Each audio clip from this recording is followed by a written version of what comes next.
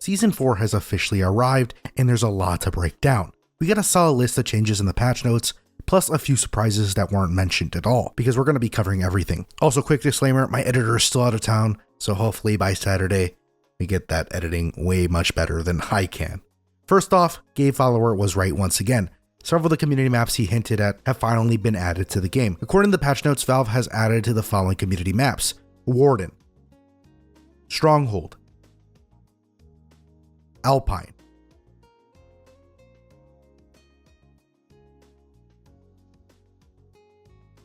and these maps are now available to competitive, casual, and deathmatch. On top of that, Wingman received 2 new maps: Sanctum,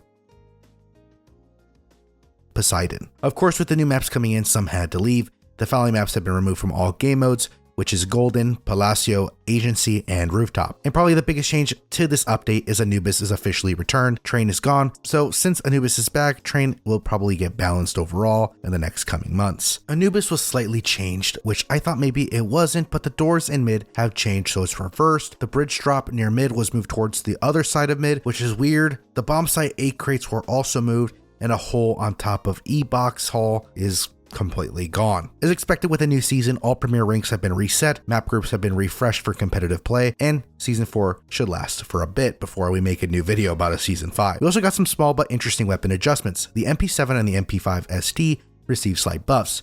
Reduced damage fall off, prices reduced by $100, and the PP Bison also received the 100 price reduction as well. One of the most noticeable updates is the jumping changes. I'll try to explain this visually on screen, but the simple version to all this is that movement feels smoother, jumps feel more precise, and sub-tick interaction feels cleaner. A lot of players are saying it feels closer to the CSGO feeling, and honestly that's not a bad thing at all. If you've been missing that classic movement feel, you'll probably like this change, and let me know down in the comments if you feel that as well. Sound has been drastically reworked, especially for knives. Every knife now sounds a little bit different, and I'll be honest, I'm not a fan. They sound weird and kind of off compared to before. I'll play all of them here so you can judge for yourself.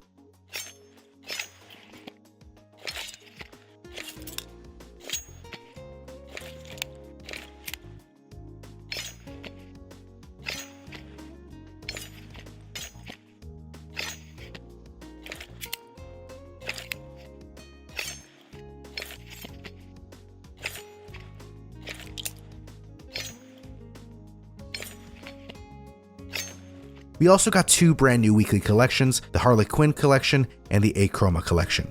To make room for these, Valve removed the Safe House collection, the Dust 2 collection, the 2018 New collection, and the 2018 Inferno collection.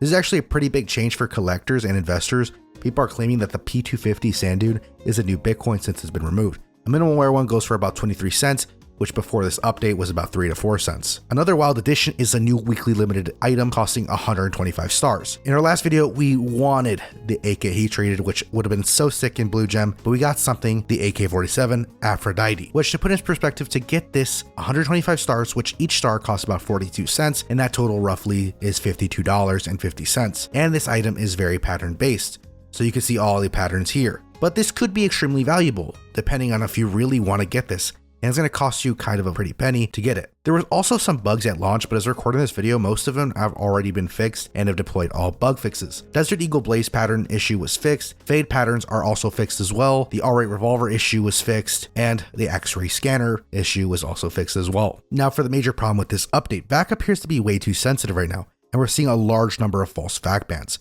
Most notably, the creator of the map Alpine was also VAC banned, which is absolutely insane. This is definitely something Valve needs to address immediately. You guys should not be playing the game right now until this is fixed and addressed by Counter-Strike. And finally, what about cache? We have now the confirmation that CS developers are actively working on cache, and it is coming. It's still cooking, but we should be seeing it very soon with this tweet response. Overall, I'd give this update a solid 8 out of 10. The game feels more responsive, the content additions are good, and the movement just feels way better. However, the bugs, VAC issues, and the lack of new Armory Pass collections definitely brings that score a little bit down.